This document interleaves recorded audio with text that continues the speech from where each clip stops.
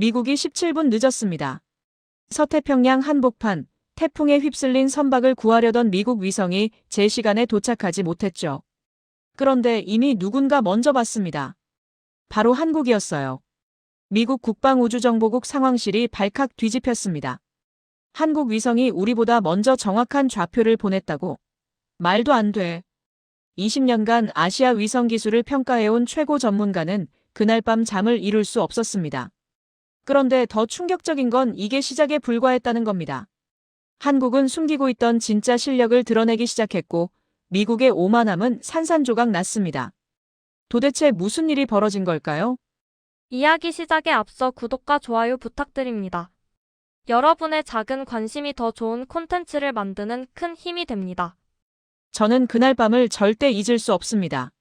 새벽 2시 17분, 워싱턴 DC 지하 3층에 위치한 국방우주정보국 상황실에서였죠. 형광등 불빛 아래 수십 개의 모니터가 깜빡이고 냉방기 소음만이 고요함을 깼습니다.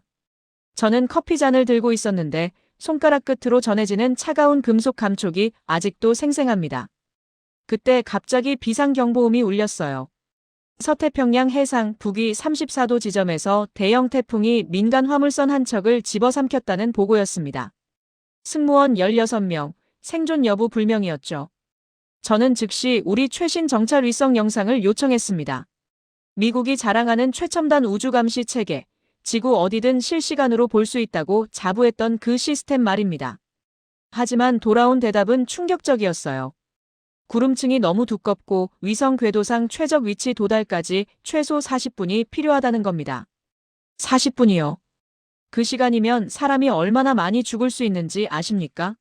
저는 책상을 주먹으로 쳤습니다. 20년 넘게 이 일을 해왔지만 그런 무력감은 처음이었어요. 상황실 안은 긴장감으로 가득 찼고 분석관들은 대안을 찾느라 키보드를 두들기기 시작했죠. 그런데 바로 그 순간이었습니다. 제 옆 모니터, 평소엔 거의 사용하지 않던 보조 화면에 갑자기 데이터가 떴어요. 출처 불명의 좌표 정보였습니다. 구조 대상 정확 위치, 파도 높이 12m, 선체 기울기 35도, 생존 가능 시간 추정 42분이라는 상세한 분석이었어요. 저는 눈을 의심했습니다. 이게 대체 어디서 온 거지? 화면 상단을 보니 수신 시각이 찍혀 있었는데 우리가 요청한 시각보다 무려 17분이나 빨랐어요. 17분입니다. 우주정보 전쟁에서 17분은 승패를 가르는 시간이죠. 저는 급히 옆에 있던 기술 분석관에게 물었습니다. 이 데이터 출처가 어디냐고요? 분석관은 화면을 몇 번 확인하더니 조심스럽게 대답했어요. 한국입니다. 아리랑 위성에서 전송된 겁니다라고요. 저는 그 말을 듣는 순간 웃음이 나올 뻔했습니다. 한국이라고요? 말도 안 되는 소리였어요. 한국 위성이 우리보다 먼저 정확한 데이터를 보낼 리가 없었습니다. 저는 20년 넘게 위성 정보 분야에서 일해왔고 누가 뭘 할 수 있고 없는지 정확히 알고 있었거든요. 한국은 분명 빠르게 성장하는 나라였지만 정밀 위성 영상 분야에선 아직 우리 발끝에도 못 미치는 수준이라고 확신했습니다. 아마 잘못된 데이터일 거라고 생각했죠. 혹은 누군가 실수로 잘못 전송한 정보일 수도 있다고요. 하지만 상황이 급박했기 때문에 일단은 그 좌표를 구조팀에 전달했습니다. 다른 선택지가 없었으니까요. 그리고 정확히 17분 후였습니다. 우리 위성 영상이 도착했어요. 저는 숨을 죽이고 화면을 응시했습니다. 구름이 약간 거친 사이로 보이는 해상, 그 위에 떠 있는 화물선의 위치가 스크린에 나타났죠. 좌표를 확인하는 순간 제 등골에 식은땀이 흘렀습니다. 완벽하게 일치했어요. 한국 위성이 보낸 좌표와 우리 위성 영상 속 위치가 정확히 같았습니다. 오차는 3m 이내였죠. 이건 우연이 아니었어요. 누군가 우리보다 먼저, 더 정확하게 그 위치를 포착했다는 뜻이었습니다. 저는 윌리엄 앤더슨입니다. 사람들은 저를 빌이라고 부르죠.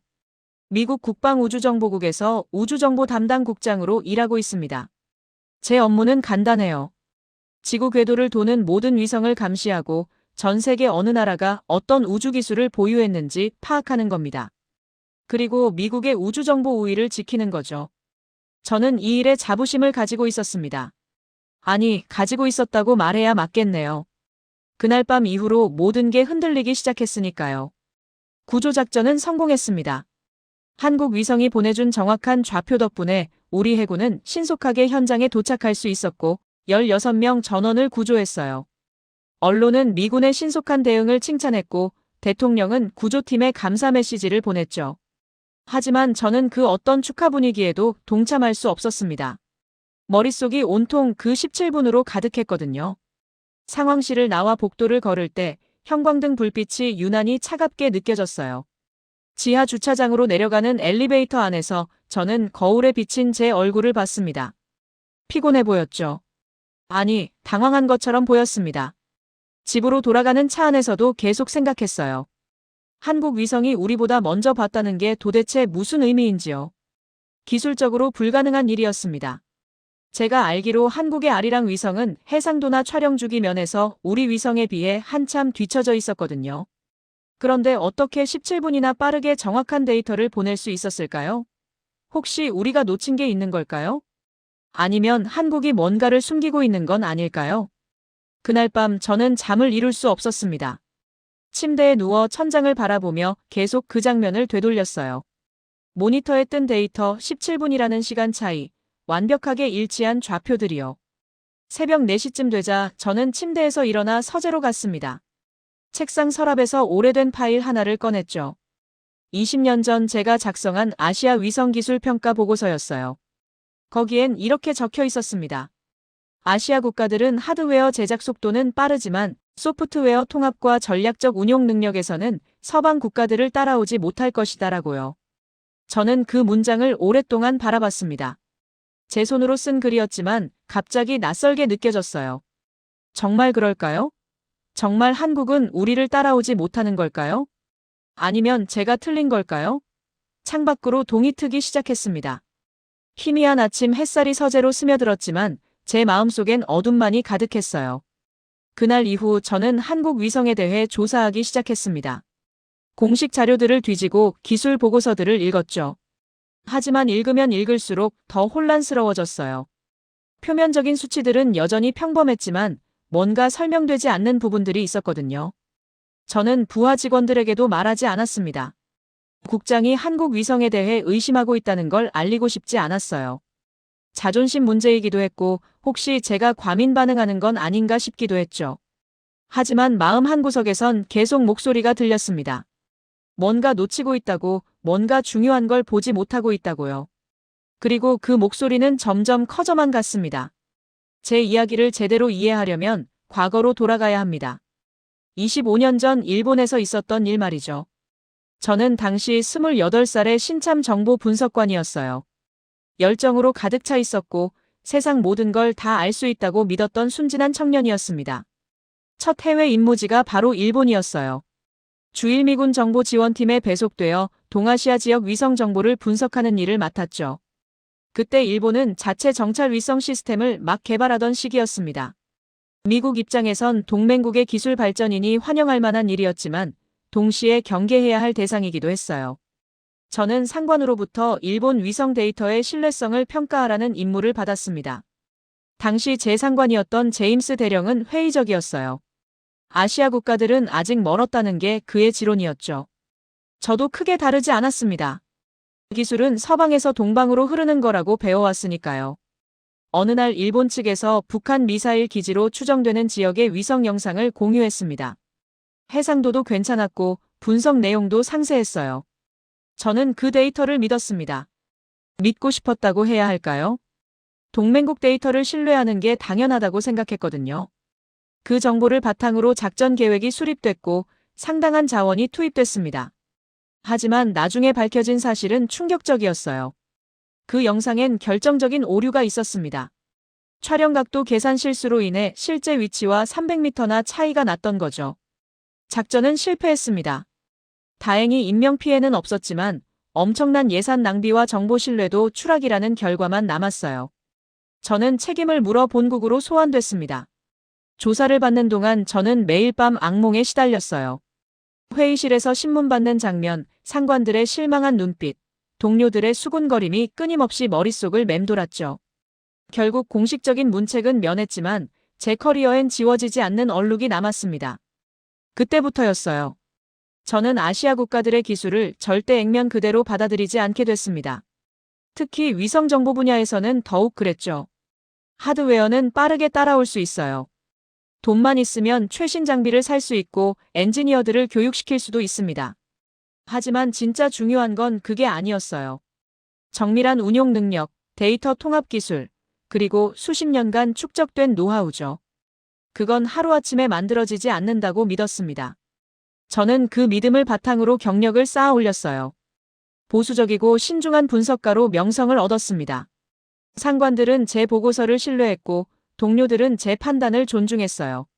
10년이 흐르고 저는 중요한 프로젝트들을 맡게 됐습니다. 중국의 위성 개발을 추적하고 러시아의 우주 전략을 분석했죠. 그리고 마침내 국장 자리에 올랐습니다. 미국 우주정보의 최전선에 선 거예요. 하지만 그 과정에서 저는 어떤 틀에 갇혀버렸는지도 모릅니다. 일본에서의 실패가 제게 가르쳐준 건 신중함이었지만 동시에 편견이기도 했어요. 저는 아시아 국가들을 언제나 한 단계 낮춰 평가했습니다. 그들이 발표하는 성능 수치를 의심했고 기술적 돌파구를 주장할 때마다 과장이라고 치부했죠. 특히 한국에 대해선 더욱 그랬습니다. 한국은 빠른 산업화로 유명한 나라였어요. 반도체, 자동차, 조선 분야에서 세계 정상급 기술을 보유하고 있었죠. 하지만 저는 그것과 우주 기술은 다르다고 생각했습니다. 우주는 더 복잡하고 더 정교하고 더 오랜 시간이 필요한 분야라고요. 한국이 아무리 빨리 성장해도 우리를 따라잡으려면 최소 10년은 더 필요할 거라고 판단했어요. 제 책상 서랍엔 각국의 위성 기술 수준을 정리한 파일들이 있었습니다. 국가별로 분류돼 있었는데 한국은 늘 중간 정도에 위치해 있었어요. 발전 가능성은 있지만 현재로선 제한적이다라는 평가였죠. 저는 그 평가를 업데이트할 필요성을 느끼지 못했습니다. 공식 자료상 큰 변화가 없어 보였으니까요. 그런데 그날 밤 사건 이후 모든 게 의심스러워지기 시작했어요. 17분이라는 시간 차이가 계속 머릿속을 맴돌았습니다. 어떻게 가능한 걸까요? 혹시 제가 한국을 잘못 평가한 건 아닐까요? 하지만 인정하고 싶지 않았어요. 20년 넘게 쌓아온 제 판단이 틀렸다는 걸 받아들이기엔 자존심이 허락하지 않았죠. 저는 밤늦게까지 사무실에 남아 한국 관련 자료들을 다시 검토했습니다. 공식 발표 자료, 기술 논문, 언론 보도까지 모두 살펴봤어요. 하지만 여전히 명확한 답을 찾을 수 없었습니다. 표면상으론 평범해 보였지만 뭔가 숨겨진 게 있는 것 같았어요. 마치 빙산의 일각만 보고 있는 기분이었죠. 어느 날 밤, 저는 창밖을 바라보며 문득 깨달았습니다. 제가 일본에서 배운 교훈이 잘못됐을 수도 있다고요. 당시 일본의 실수는 그들의 기술 수준 때문이 아니라 단순한 운용 미숙 때문이었을지도 모른다고요. 그리고 25년이 지난 지금 아시아 국가들의 기술은 그때와 비교할 수 없을 만큼 발전했을 거라고요. 하지만 그 생각을 하는 순간 저는 고개를 저었습니다. 아니야, 그럴 리 없어라고 스스로에게 말했죠. 제 사무실 벽에는 세계 지도가 걸려 있었습니다. 밤늦게 혼자 남아있을 때면 저는 그 지도를 자주 바라봤어요. 미국, 러시아, 중국, 유럽 2강대국들이 우주 패권을 다투고 있었죠.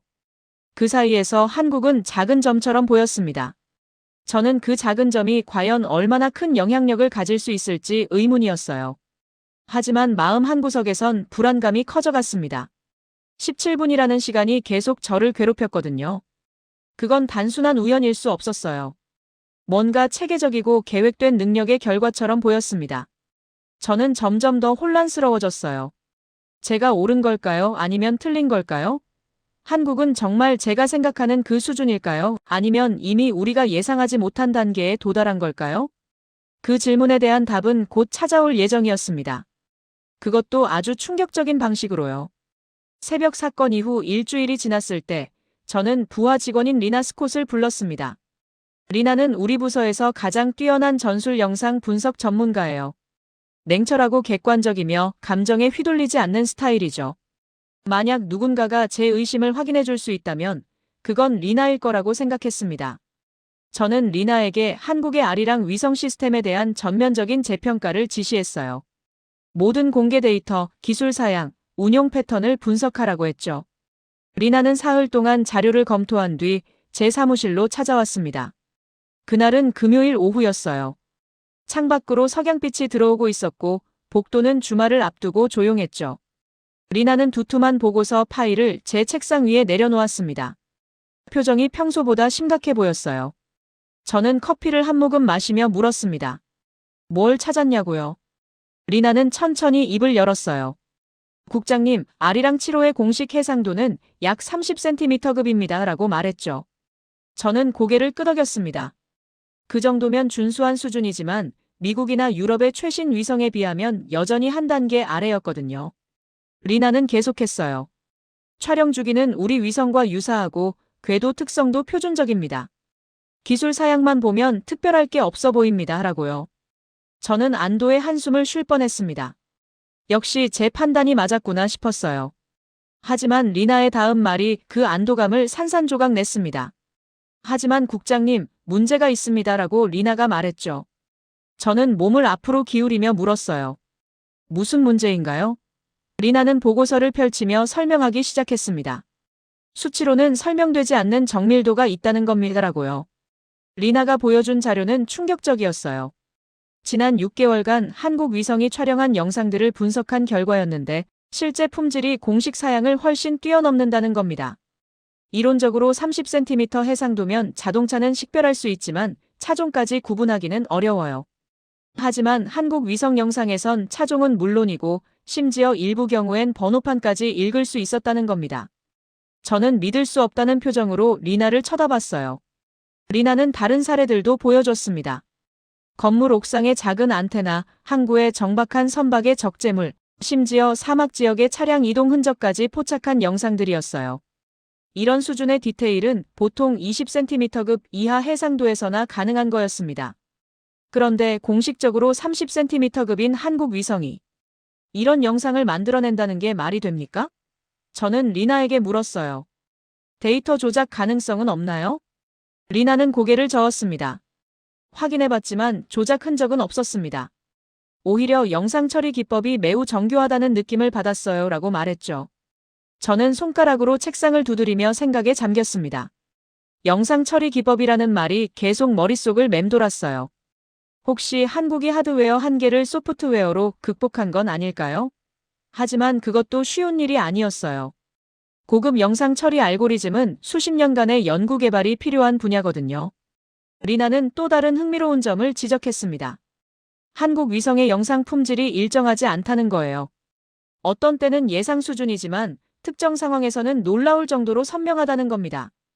특히 촬영 각도, 태양 위치, 기상 조건이 최적일 때 품질이 급격히 향상된다고 했어요. 이건 단순한 하드웨어 성능이 아니라 운용 전략의 문제였습니다.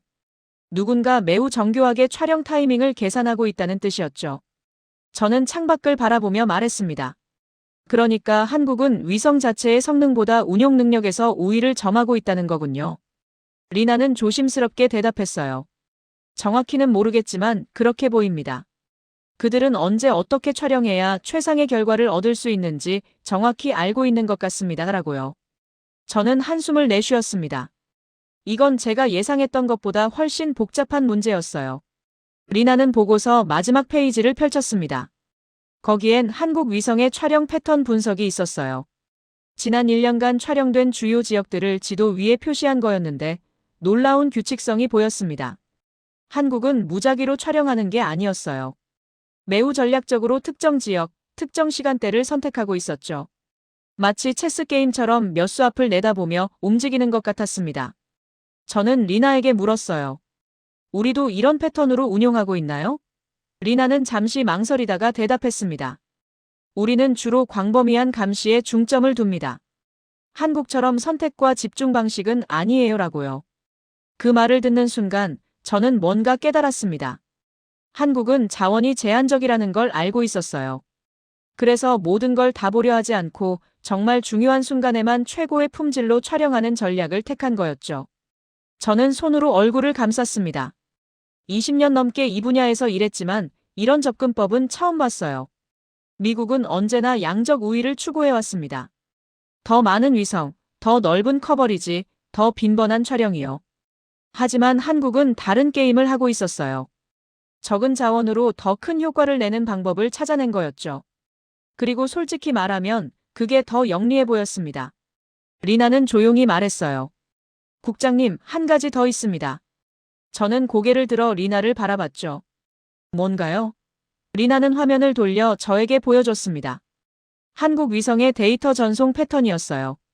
촬영 후 데이터를 지상국으로 보내는 시간이 우리보다 평균 12분 빠르다는 겁니다. 12분이요. 저는 눈을 크게 떴어요. 어떻게 그게 가능하죠? 리나는 설명했습니다. 아마도 지상국 네트워크가 매우 효율적으로 구축돼 있는 것 같습니다. 그리고 데이터 압축 기술도 우수한 것으로 보입니다. 라고요. 저는 의자에 깊숙이 몸을 기댔습니다. 머릿속이 복잡해졌어요. 해상도, 운용 전략, 데이터 처리 속도 모든 면에서 한국은 우리가 생각했던 것보다 훨씬 앞서 있었습니다. 저는 리나에게 말했어요. 이 보고서는 누구에게도 보여주지 마세요. 아직 확실하지 않은 부분이 많으니까요. 리나는 이해한다는 표정으로 고개를 끄덕였습니다. 하지만 제 목소리엔 확신이 없었어요. 사실 저는 이 정보를 공유하고 싶지 않았던 겁니다. 제가 틀렸다는 걸 인정하고 싶지 않았던 거죠. 리나가 나간 뒤 저는 혼자 사무실에 남았습니다. 석양이 완전히 지고 어둠이 내렸어요. 저는 불을 켜지 않은 채 어둠 속에 앉아 있었습니다. 창밖으로 워싱턴 DC의 야경이 보였지만 저는 그걸 보고 있지 않았어요. 머릿속으론 온통 한국 위성 생각뿐이었죠. 수치로는 설명되지 않는 정밀도라는 리나의 말이 계속 울렸습니다. 맞아요. 그게 핵심이었어요. 우리는 늘 숫자만 봤습니다.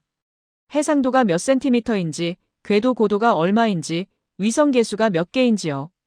하지만 진짜 중요한 건 그게 아니었어요.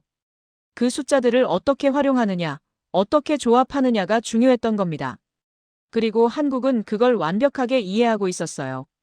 저는 책상 서랍에서 오래된 사진 한 장을 꺼냈습니다. 25년 전 일본에서 찍은 사진이었어요. 젊은 시절에 제가 동료들과 함께 웃고 있는 모습이었죠. 그때 저는 자신만만했습니다. 세상을 다 알고 있다고 생각했어요. 하지만 지금 보니 그때의 저는 아무것도 몰랐던 겁니다. 그리고 지금도 여전히 많은 걸 모르고 있는지도 모르겠어요. 밤이 깊어갈수록 저는 점점 더 불안해졌습니다. 한국이 이 정도 수준이라면 다른 나라들은 어떨까요? 저희가 과소평가하고 있는 국가가 또 있는 건 아닐까요? 미국의 우주정보 우위는 정말 안전한 걸까요? 이런 질문들이 끝없이 이어졌지만 답은 찾을 수 없었습니다. 새벽 2시쯤 저는 사무실을 나섰습니다. 텅 빈 복도를 걸으며 형광등 불빛을 올려다봤어요. 차가운 빛이 제 그림자를 길게 늘어뜨렸죠. 저는 문득 생각했습니다. 제가 보지 못하고 있는 것들이 또 뭐가 있을까요? 그리고 그걸 깨달았을 때 이미 너무 늦은 건 아닐까요? 주차장으로 향하는 엘리베이터 안에서 저는 거울에 비친 제 모습을 봤습니다.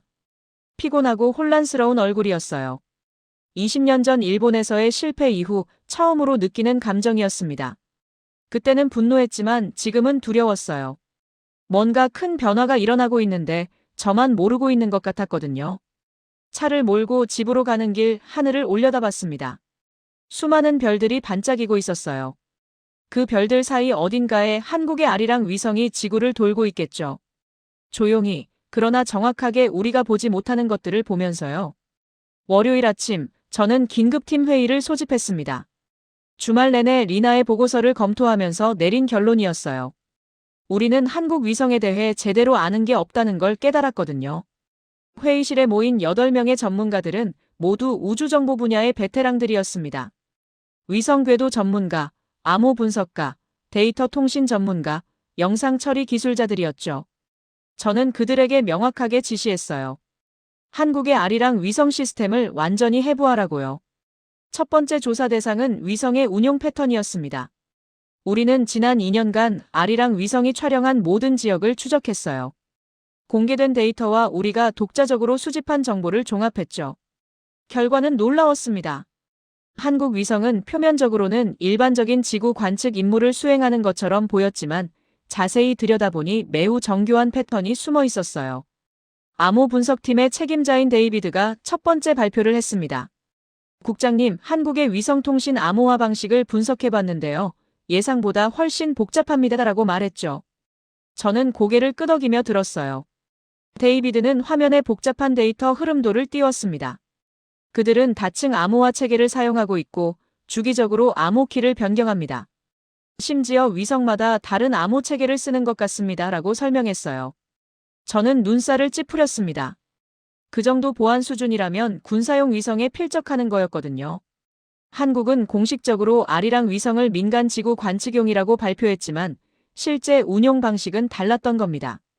데이비드는 계속 말했어요. 더 흥미로운 건 데이터 전송 타이밍입니다. 그들은 특정 시간대에만 집중적으로 데이터를 전송하는데 그 시간이 우리 정찰 위성의 감시 공백 시간과 일치합니다라고요. 회의실이 조용해졌습니다. 모두가 그 의미를 이해했어요. 한국은 우리가 보지 않는 시간을 정확히 알고 있었고 그 틈을 활용하고 있었던 겁니다. 이건 단순한 기술력이 아니었어요. 전략적 사고와 정교한 정보 수집 능력의 결과였죠. 저는 손으로 턱을 괴며 생각에 잠겼습니다.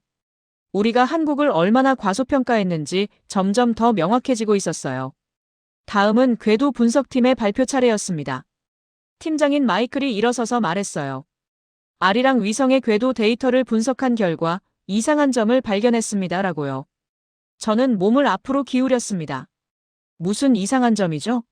마이클은 화면을 바꿨어요. 위성 궤도를 나타내는 선들이 지구본 위에 그려져 있었죠. 마이클이 설명했습니다. 아리랑 위성은 태양 동기 궤도를 사용합니다. 이건 표준적인 선택이에요. 하지만 궤도 고도가 미묘하게 조정되고 있습니다. 몇 킬로미터씩 올라갔다 내려갔다 하는데 이게 불규칙해 보이지만 실은 패턴이 있습니다. 라고 말했죠. 저는 화면을 자세히 들여다봤어요. 마이클이 레이저 포인터로 특정 지점들을 가리켰습니다. 여기 보시면 궤도 고도가 낮아질 때마다 특정 지역 상공을 지나갑니다. 그리고 그 지역들은 대부분 전략적으로 중요한 곳들이에요. 항구, 군사시설, 주요 도시들이죠. 라고 마이클이 설명했어요. 저는 숨을 깊이 들이마셨습니다. 한국은 궤도 조정을 통해 특정 지역을 더 선명하게 촬영하고 있었던 겁니다. 궤도가 낮을수록 해상도가 높아지니까요. 하지만 궤도 조정은 연료를 소모하는 작업이었어요. 함부로 할 수 있는 게 아니었죠. 그런데 한국은 매우 계산된 방식으로 이걸 수행하고 있었습니다. 언제 어디서 궤도를 낮춰야 최대 효과를 얻을 수 있는지 정확히 알고 있었던 거예요.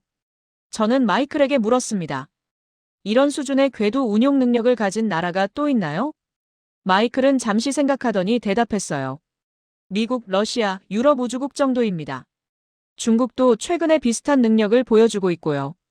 하지만 한국이 이 수준까지 올라온 줄은 몰랐습니다라고요. 저는 한숨을 내쉬었습니다. 우리가 모르는 게 너무 많았어요. 20년간 쌓아온 정보가 순식간에 무용지물이 되는 기분이었죠. 영상 처리팀의 보고는 더욱 충격적이었습니다. 팀장인 제시카가 여러 장의 위성 영상을 비교하며 설명했어요. 같은 위성으로 같은 지역을 촬영했는데 영상 품질이 시간대마다 완전히 다릅니다라고 말했죠. 저는 화면 속 영상들을 비교해봤어요. 정말 차이가 확연했습니다. 어떤 영상은 흐릿했지만 다른 영상은 놀라울 정도로 선명했어요. 제시카는 계속했습니다.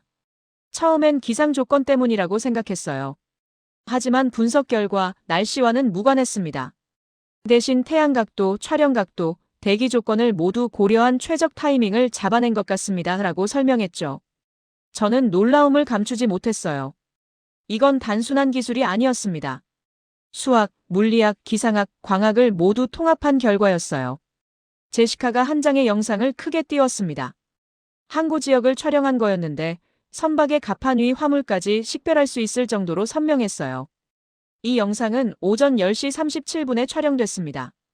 태양 고도가 최적이었고 대기 투명도도 높았던 시간이죠. 한국은 이 타이밍을 정확히 알고 있었고 위성을 그 순간에 맞춰 운용했습니다. 라고 제시카가 말했어요.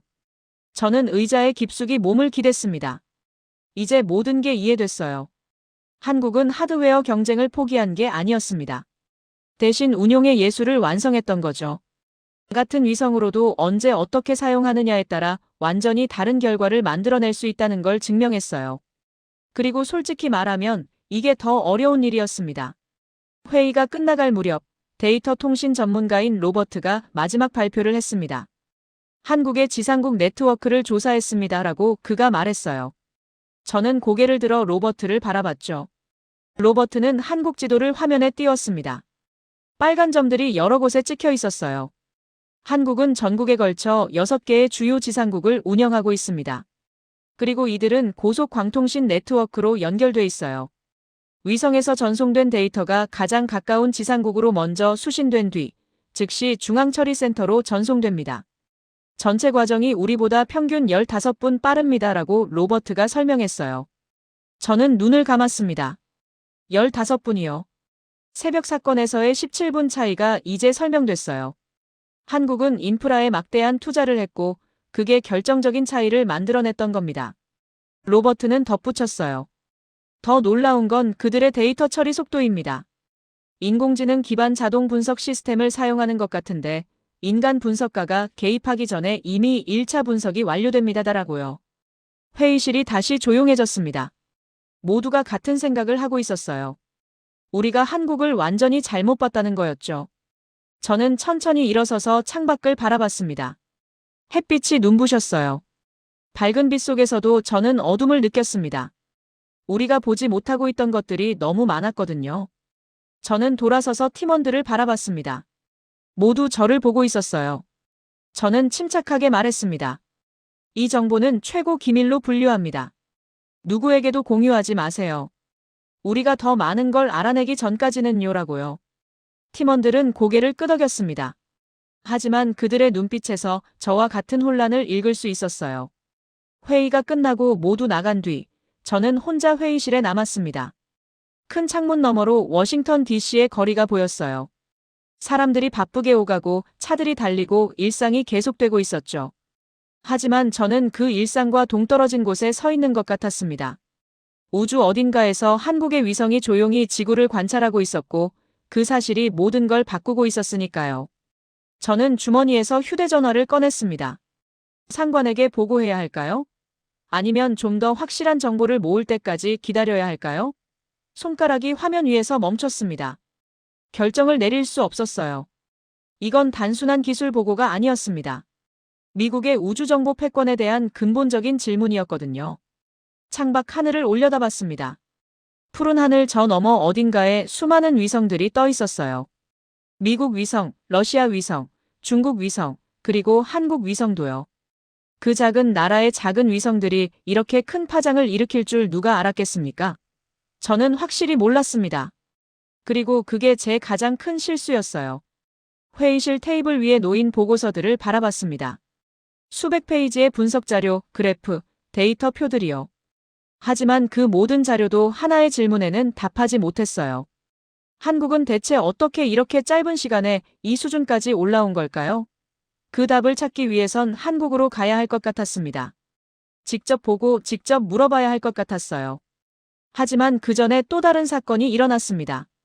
그것도 훨씬 더 충격적인 방식으로요. 한국행 비행기를 타기 전 저는 한 사람에 대한 자료를 받았습니다. 박서준이라는 이름의 엔지니어였어요. 한국항공우주연구원 소속으로 위성 영상 처리 분야의 전문가라고 했죠. 우리 정보부서가 수집한 자료에 따르면 그는 아리랑 위성 시스템의 핵심 인물 중 한 명이었습니다. 공식적인 직함은 선임 연구원이었지만 실제로는 전체 영상 처리 알고리즘을 설계한 사람이었어요. 저는 비행기 좌석에 앉아 그의 프로필을 읽었습니다. 38살 카이스트에서 전산학 박사 학위를 받았고 인공지능과 컴퓨터 비전을 전공했다고 나와 있었어요. 졸업 후 바로 항우연에 들어가 10년 넘게 일했죠. 특이한 점은 그가 해외 유학 경험이 전혀 없다는 거였습니다. 순수하게 한국에서만 교육받고 연구했던 사람이었어요. 자료를 읽으며 저는 놀라움을 감출 수 없었습니다. 박서준이 발표한 논문 목록을 보니 대부분이 위성 영상의 초해상도 처리와 관련된 거였어요. 초해상도 기술이란 낮은 해상도의 영상을 인공지능으로 재구성해 더 선명하게 만드는 기술입니다. 이론적으로는 가능하지만 실용화하기 매우 어려운 분야였죠. 그런데 박서준은 이 분야에서 획기적인 알고리즘을 개발했다고 했어요. 더 흥미로운 건 그의 연구 철학이었습니다. 한 인터뷰 기사에서 그는 이렇게 말했어요.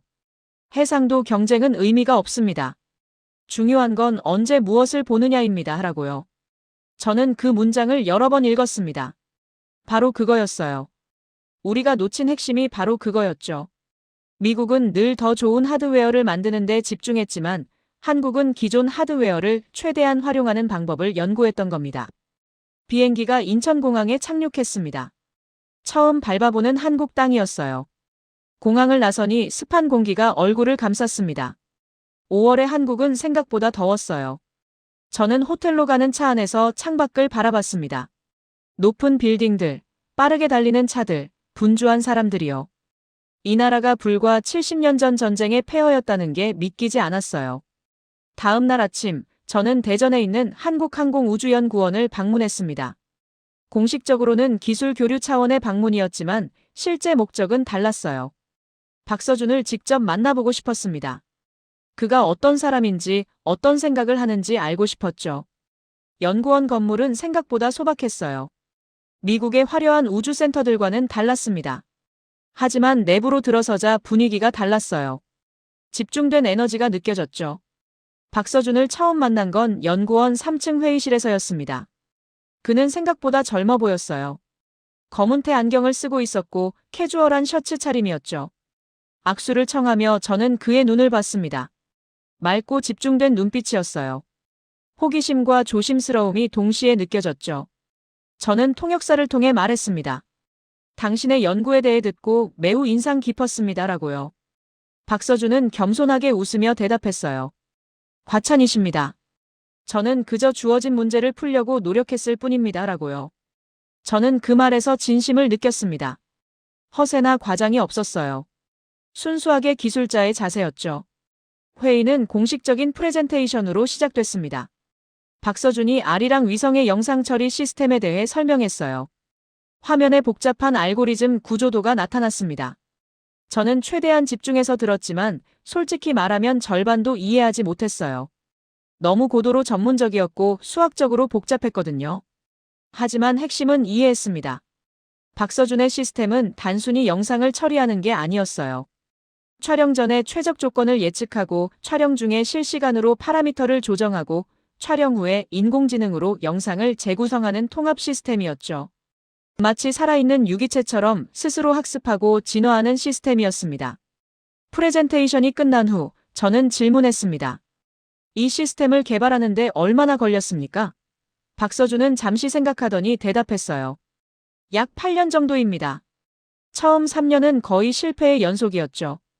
하지만 포기하지 않았습니다라고요. 저는 고개를 끄덕였습니다. 8년이요. 그 시간 동안 미국은 뭘 했을까요? 더 큰 위성을 만들고 더 많은 예산을 쓰고 더 화려한 발표를 했죠. 하지만 진짜 혁신은 여기 이 조용한 연구실에서 일어나고 있었던 겁니다. 저는 더 개인적인 질문을 했어요. 왜 이 일을 하십니까? 박서준은 창밖을 바라보며 말했습니다. 한국은 작은 나라입니다. 자원도 제한적이고 예산도 부족하죠. 하지만 그렇기 때문에 더 영리해져야 합니다. 적은 걸 가지고 많은 걸 해내는 방법을 찾아야 해요라고 대답했어요. 저는 그 말에 깊이 공감했습니다. 미국은 늘 풍부한 자원에 익숙했지만 한국은 생존을 위해 효율을 극대화해야 했던 거죠. 점심 식사는 연구원 구내식당에서 했습니다. 소박한 한식 정식이었어요. 밥, 국, 반찬 몇 가지가 놓인 쟁반을 들고 자리에 앉았죠. 박서준은 자연스럽게 밥을 먹으며 이야기를 이어갔습니다. 저는 그의 편안한 태도에서 진정성을 느꼈어요. 그는 저를 대단한 미국 국장으로 대하지 않았습니다. 그냥 같은 분야에서 일하는 동료로 대했죠. 식사 중에 박서준이 흥미로운 이야기를 꺼냈습니다. 사실 저희 시스템의 핵심 아이디어는 한국 전통 사상에서 왔습니다라고 말했어요. 저는 놀라서 물었죠. 전통 사상이요? 박서준은 웃으며 설명했습니다. 한국에는 이런 말이 있습니다. 작은 것이 큰 것을 이긴다고요. 유연함이 강함을 이긴다고요.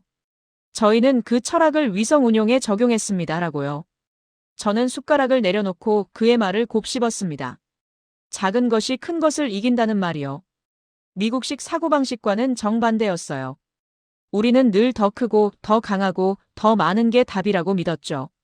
하지만 한국은 다른 길을 찾았던 겁니다. 그리고 그게 통했어요. 식사 후 박서준은 저를 위성 관제실로 안내했습니다. 거대한 스크린들이 벽면을 가득 채우고 있었고 여러 명의 엔지니어들이 모니터 앞에 앉아 있었어요.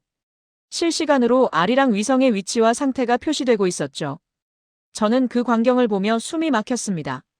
이곳이 바로 그 17분 차이를 만들어낸 곳이었어요. 박서준이 한 화면을 가리키며 설명했습니다. 지금 아리랑 7호가 인도네시아 상공을 지나가고 있습니다. 약 10분 후 최적 촬영 지점에 도달할 예정이에요 라고 말했죠. 저는 화면을 응시했습니다. 위성의 궤적을 나타내는 선, 예상 촬영 시간, 태양 각도, 구름 커버리지 모든 정보가 실시간으로 업데이트되고 있었어요. 그리고 정확히 10분 후 촬영 명령이 내려졌습니다. 엔지니어 한 명이 키보드를 치자 화면에 신호가 전송됐다는 메시지가 떴어요. 3분 정도 지나자 영상 데이터가 도착하기 시작했습니다. 처음엔 흐릿했지만 점차 선명해지더니 놀라울 정도로 세밀한 이미지가 나타났죠. 저는 입을 벌린 채 그 광경을 바라봤습니다. 이게 바로 현실이었어요. 이론이 아니라 실제로 작동하는 시스템이었죠. 박서준이 조용히 말했습니다. 이게 저희가 하는 일입니다. 매일 매 순간 최적의 타이밍을 찾아내고 최상의 결과를 만들어내는 거조라고요. 저는 그를 바라봤습니다. 그의 눈엔 자부심이 가득했어요. 하지만 오만함은 없었죠. 그저 자신이 하는 일에 대한 깊은 애정과 책임감만이 느껴졌습니다. 그날 저녁 호텔로 돌아와 침대에 누워 천장을 바라봤습니다. 머릿속이 복잡했어요. 박서준이라는 한 사람, 그리고 그의 팀이 만들어낸 시스템이 미국의 우주정보 우위를 위협하고 있었습니다. 하지만 그들은 악의가 없었어요. 그저 주어진 문제를 열심히 풀었을 뿐이었죠. 그리고 그 결과가 이렇게 강력한 무기가 된 겁니다. 저는 휴대전화를 꺼내 메모를 작성하기 시작했습니다. 오늘 본 것들, 느낀 것들을 기록했어요. 하지만 단어들이 제 생각을 제대로 표현하지 못했습니다. 뭔가 더 근본적인 게 변하고 있었거든요. 단순히 기술 수준의 문제가 아니었어요. 접근 방식 자체가 달랐던 겁니다. 창밖을 내다봤습니다. 대전의 야경이 펼쳐져 있었어요. 불빛들이 반짝이고 도시가 살아 숨쉬고 있었죠. 이 작은 나라가, 이 조용한 도시가 세계를 바꾸고 있었습니다. 그리고 저는 그 변화의 한가운데 서 있었어요. 다음 날 아침 박서준과 마지막 미팅을 가졌습니다. 저는 그에게 물었어요. 앞으로의 계획은 무엇입니까? 박서준은 잠시 생각하더니 대답했습니다. 아리랑 8호를 준비하고 있습니다. 더 진보된 시스템이 될 거예요. 하지만 목표는 같습니다. 더 적은 자원으로 더 많은 걸 보는 거죠라고요. 저는 악수를 청하며 말했습니다. 당신의 연구를 존경합니다라고요. 그리고 그건 진심이었어요. 처음으로 저는 한국 기술자를 진심으로 존경하고 있었습니다. 25년 전 일본에서의 실패 이후 처음으로 제 편견이 무너지는 순간이었죠. 공항으로 가는 차 안에서 저는 계속 생각했습니다. 박서준 같은 사람이 한국에 얼마나 더 있을까요? 그리고 그들이 앞으로 또 무엇을 만들어낼까요? 저는 확신할 수 없었지만 한 가지는 분명했어요. 한국을 더 이상 무시할 수 없다는 거였죠. 비행기가 이륙하며 한국 땅이 점점 작아졌습니다. 하지만 제 마음속에서 한국의 존재감은 오히려 더 커지고 있었어요. 그리고 곧 또 다른 사건이 그 존재감을 더욱 확고히 만들 예정이었습니다. 한국에서 돌아온 지 2주일 후 또다시 비상이 걸렸습니다. 이번엔 중동 지역이었어요. 사우디아라비아 남부 사막에서 UN 9호 차량 한 대가 사라졌다는 보고가 들어왔죠. 탑승 인원은 5명, 마지막 교신 이후 12시간째 연락이 두절된 상태였습니다. 문제는 그 지역이 정치적으로 매우 민감한 곳이라는 거였어요. 여러 무장 단체들이 활동하는 지역이었고 신속한 구조가 필요했죠. 저는 즉시 위성 영상 요청을 했습니다. 하지만 돌아온 답변은 실망스러웠어요. 해당 지역은 모래 폭풍이 심하고 우리 위성의 다음 통과 시각까지 6시간이 남았다는 겁니다. 6시간이요? 사막에서 6시간은 생사를 가를 수 있는 시간이었죠. 저는 책상을 치며 대안을 요구했습니다. 다른 위성은 없냐고, 동맹국 데이터는 활용할 수 없냐고 물었어요. 그때 리나가 조심스럽게 말했습니다. 국장님, 한국에 요청해보는 건 어떨까요?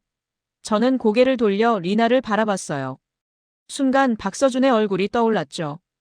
그리고 대전 연구원의 관제실, 그 정교한 시스템이 생각났습니다. 저는 잠시 망설였지만 다른 선택지가 없었어요. 좋아요, 한국 측에 긴급 지원을 요청하세요라고 지시했습니다. 30분 후 한국으로부터 답변이 왔습니다. 아리랑 7호가 45분 후 해당 지역 상공을 통과한다는 거였어요. 촬영 가능하다고 했죠. 저는 시계를 봤습니다. 45분이면 우리 위성보다 5시간 이상 빠른 거였어요. 하지만 불안했습니다. 모래 폭풍 속에서 제대로 된 영상을 얻을 수 있을까요? 과거의 제라면 회의적이었겠지만 지금은 달랐어요. 기대하고 있었죠. 정확히 45분 후 한국으로부터 데이터가 전송되기 시작했습니다. 첫 영상이 화면에 나타났을 때 상황실 전체가 숨을 죽였어요. 모래 폭풍에도 불구하고 영상은 놀라울 정도로 선명했습니다. 사막의 모래 언덕들, 희미한 타이어 자국, 그리고 한 지점에 멈춰 선 차량이 보였죠. 하지만 그게 전부가 아니었습니다. 한국은 단순히 현재 상태만 보여준 게 아니었어요. 지난 3일간 같은 지역을 촬영한 영상들을 시간순으로 정리해서 보내왔습니다. 그 영상들을 연속으로 보니 차량의 이동 경로가 명확하게 나타났어요. 어디서 출발했고 어디로 이동했으며 왜 그 지점에서 멈췄는지 추적할 수 있었죠. 이건 단순한 위성 영상이 아니었습니다. 완전한 정보 분석이었어요. 리나가 흥분된 목소리로 말했습니다. 국장님, 차량 주변에 사람들이 보입니다. 최소 4명 이상인 것 같아요라고요. 저는 화면을 확대해서 봤습니다. 정말 희미하지만 인간의 형체가 보였어요. 그들은 차량 그늘 아래 모여 있었죠.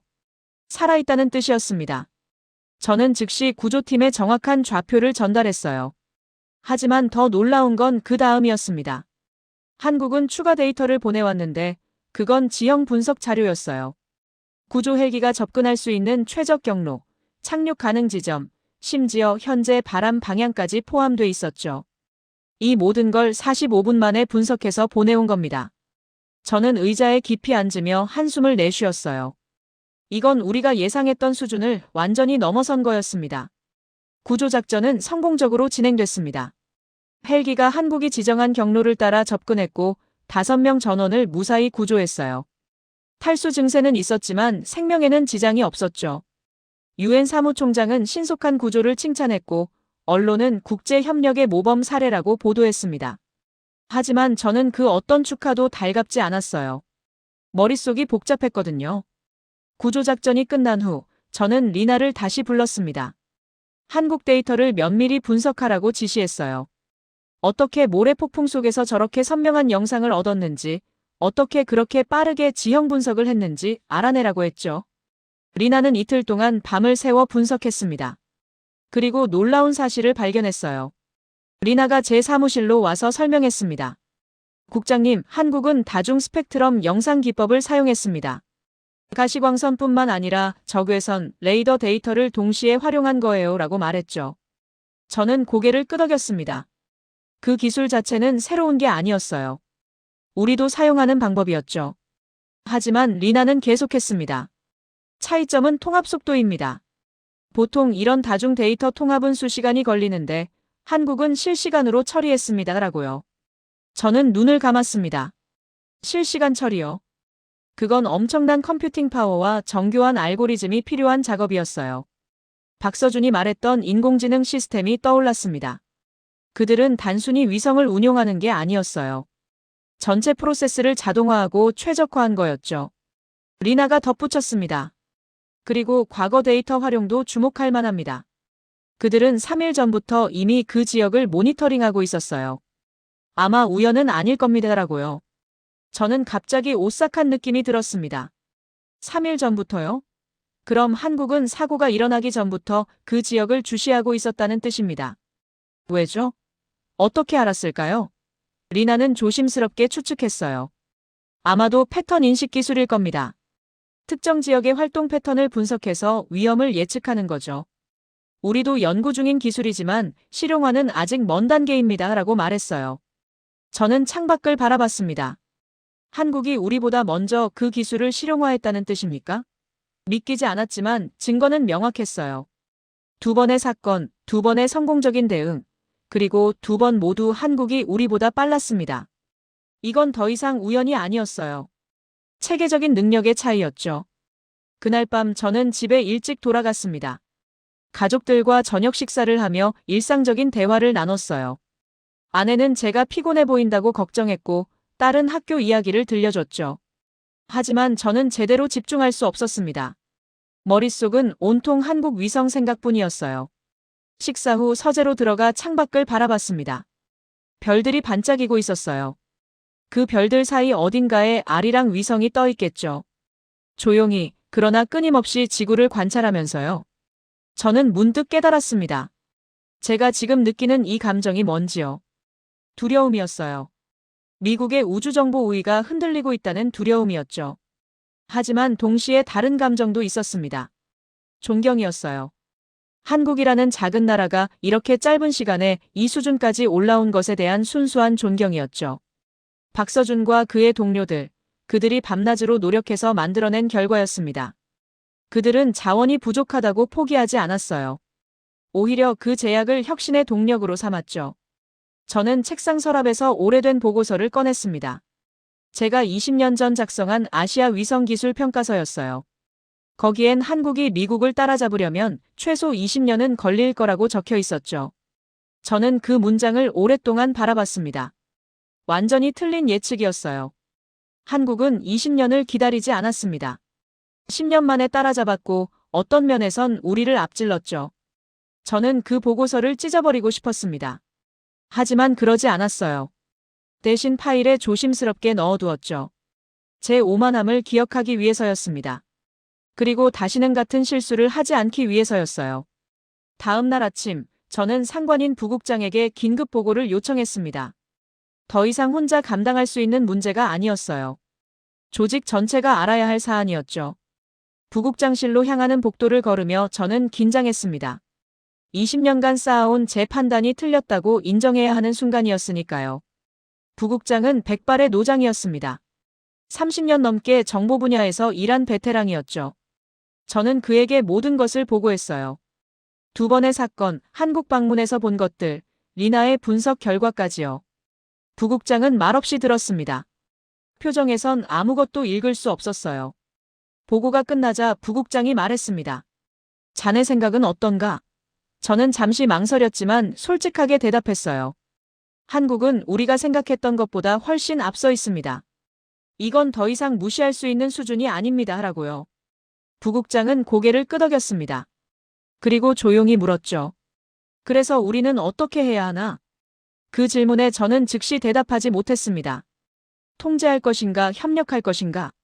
2가지 선택지가 있었지만 어느 것도 쉽지 않았어요. 하지만 한 가지는 확실했습니다. 변화가 필요하다는 거였죠. 부국장과의 면담 이후 저는 특별 태스크포스를 구성하라는 지시를 받았습니다. 한국의 위성 기술을 전면 재평가하고 향후 대응 전략을 수립하는 팀이었어요. 10명의 전문가가 차출됐고 저는 그 팀의 책임자가 됐죠. 첫 회의는 일주일 후로 잡혔습니다. 국방부 지하 3층 보안회의실에서요. 그 일주일 동안 저는 밤잠을 제대로 자지 못했습니다. 머릿속으론 온통 전략 수립 생각뿐이었어요. 한국을 어떻게 대해야 할까요? 경쟁자로 봐야 할까요? 아니면 협력 파트너로 봐야 할까요? 과거의 저라면 당연히 전자를 선택했겠지만 지금은 달랐어요. 박서준의 얼굴이 계속 떠올랐고 대전연구원의 진지한 분위기가 생각났죠. 회의 당일 회의실에는 예상보다 많은 사람들이 모였습니다. 국방부, 국무부, 정보기관 대표들까지 참석했어요. 이 문제가 얼마나 중요한지 보여주는 증거였죠. 저는 준비한 프레젠테이션을 시작했습니다.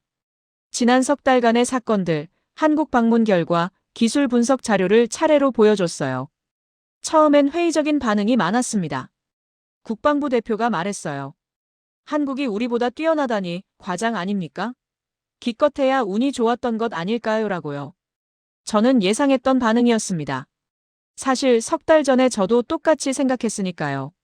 하지만 이제는 달랐어요. 저는 침착하게 대답했습니다. 2번 연속 운이 좋을 순 없습니다. 이건 체계적인 능력입니다. 라고요. 리나가 상세한 기술 분석을 발표했습니다. 해상도 비교, 운용 패턴 분석, 데이터 처리 속도 비교 자료들이었어요. 숫자는 명확했습니다. 한국은 특정 영역에서 우리와 대등하거나 오히려 앞서 있었죠. 회의실 분위기가 점점 무거워졌습니다. 모두가 현실을 인정하기 시작했어요. 국무부 대표가 질문했습니다. 그렇다면 우리는 무엇을 해야 합니까? 한국의 기술 발전을 막아야 하는 겁니까? 저는 그 질문을 기다리고 있었어요. 천천히 입을 열었습니다. 막을 수 없습니다. 이미 늦었어요. 한국은 독자적인 기술 기반을 구축했고 계속 발전하고 있습니다. 우리가 막으려 할수록 그들은 더 독립적으로 갈 겁니다라고 대답했죠. 회의실이 조용해졌습니다. 제 말이 너무 솔직했던 걸까요? 하지만 저는 계속했어요. 대신 우리는 다른 선택을 할 수 있습니다. 협력입니다. 한국을 진정한 파트너로 인정하고 서로의 강점을 나누는 겁니다라고 말했죠. 국방부 대표가 코웃음을 쳤습니다. 우리 기술을 나눠준다고요? 그럼 우리 우위는 어떻게 되는 겁니까? 저는 그를 똑바로 바라보며 대답했습니다. 우리 우위는 이미 절대적이지 않습니다. 인정하기 싫겠지만 그게 현실이에요. 한국은 우리 허락 없이도 성장했습니다. 이제 우리는 선택해야 해요. 그들을 밀어내려다 실패할 것인가, 아니면 함께 더 큰 성과를 만들 것인가라고 말했죠. 부국장이 끼어들었습니다. 앤더슨 국장의 말이 맞습니다. 우리는 현실을 직시해야 합니다라고 지지해줬어요. 저는 감사의 눈빛을 보냈죠. 부국장은 계속 말했습니다. 중국과 러시아가 우주에서 빠르게 성장하고 있습니다. 우리는 동맹국들과 더 긴밀히 협력해야 해요. 한국은 그 핵심 파트너가 될 수 있습니다라고요. 회의는 3시간 동안 계속됐습니다. 격론이 오갔고 의견이 충돌했어요. 하지만 점차 합의가 이루어지기 시작했습니다. 한국과의 협력을 강화하되 우리의 핵심 기술은 보호한다는 방향이었죠. 완벽한 해결책은 아니었지만 현실적인 선택이었어요. 회의가 끝난 후 저는 혼자 회의실에 남았습니다. 창밖으로 워싱턴 DC의 거리가 보였어요. 사람들이 오가고 일상이 계속되고 있었죠. 하지만 저는 알고 있었습니다. 오늘 이 회의실에서 중요한 변화가 시작됐다는 걸요. 며칠 후 저는 다시 한국을 방문했습니다. 이번엔 공식 협력 논의를 위해서였어요. 박서준을 다시 만났고 이번엔 항우연 원장도 함께 자리했죠. 회의 테이블에 앉아 서로를 마주보는 순간 저는 묘한 감정을 느꼈습니다. 3달 전만 해도 저는 이들을 무시했었죠. 하지만 이제는 동등한 파트너로 대하고 있었어요. 회의는 건설적으로 진행됐습니다. 양측 모두 협력의 필요성을 인정했고 구체적인 방안들을 논의했어요. 위성 데이터 공유, 공동 연구 개발, 기술 교류 프로그램 등이었죠. 박서준은 조용히 앉아 있었지만 가끔 핵심적인 의견을 제시했어요. 그의 말은 언제나 간결하고 명확했습니다. 회의가 끝나고 박서준과 단둘이 이야기할 기회가 있었습니다. 저는 그에게 솔직하게 말했어요. 처음엔 당신들을 의심했습니다. 불가능하다고 생각했죠 라고요. 박서준은 미소 지으며 대답했습니다. 당연한 반응입니다. 우리도 처음엔 스스로를 의심했으니까요 라고요. 저는 고개를 끄덕였습니다. 어떻게 해냈습니까? 어떻게 이렇게 짧은 시간에 이 수준까지 올라온 겁니까? 박서준은 잠시 생각하더니 대답했어요. 선택의 여지가 없었습니다. 우리는 작은 나라이고 자원이 제한적이에요. 그래서 더 창의적이어야 했고 더 효율적이어야 했죠. 실패는 곧 포기를 의미했기 때문에 실패할 수 없었습니다라고 말했어요. 저는 그 말에 깊이 공감했습니다. 미국은 실패해도 다시 시도할 여유가 있었어요. 하지만 한국은 달랐죠. 한 번의 기회를 최대한 활용해야 했고 그래서 더 간절했던 겁니다. 그 간절함이 혁신을 만들어냈어요. 박서준이 덧붙였습니다. 그리고 우리는 혼자가 아니었습니다. 팀 전체가 같은 목표를 향해 움직였어요. 밤낮 없이 일했고 서로를 믿었죠. 그게 우리의 가장 큰 힘이었습니다라고요. 저는 고개를 끄덕이며 생각했습니다. 미국은 개인의 천재성을 중시하지만 한국은 팀워크를 중시한다는 걸요. 공항으로 가는 길에 저는 창밖을 바라봤습니다. 서울의 거리, 높은 빌딩들, 빠르게 움직이는 사람들이요. 이 나라는 불과 70년 전 폐허였습니다. 하지만 지금은 세계 최고 수준의 기술 강국이 됐죠. 그 변화의 속도가 경이로웠어요. 그리고 저는 이제 그 변화를 존중하고 있었습니다. 비행기 안에서 저는 보고서를 작성하기 시작했습니다. 부국장에게 제출할 최종 보고서였어요. 키보드를 두들기며 저는 신중하게 단어들을 선택했습니다. 한국은 우리가 허락해서 성장한 나라가 아닙니다. 우리가 알아차리기 전에 이미 도달해 있었습니다. 라고 썼어요. 그 문장을 쓰는 순간 제 20년 경력이 재정이 되는 것 같았습니다. 저는 계속 썼습니다. 우리는 한국을 뒤처진 동맹으로 본 게 아니라 보지 않으려 했던 겁니다. 편견이 현실을 가렸고 오만함이 판단을 흐렸죠. 하지만 이제는 인정합니다. 한국은 우주정보 분야에서 세계 최고 수준의 능력을 보유하고 있습니다라고요. 마지막 문단을 쓰며 저는 잠시 멈췄습니다. 뭐라고 마무리해야 할까요? 한참을 고민하다가 이렇게 썼어요. 앞으로 우리는 한국을 진정한 파트너로 대해야 합니다.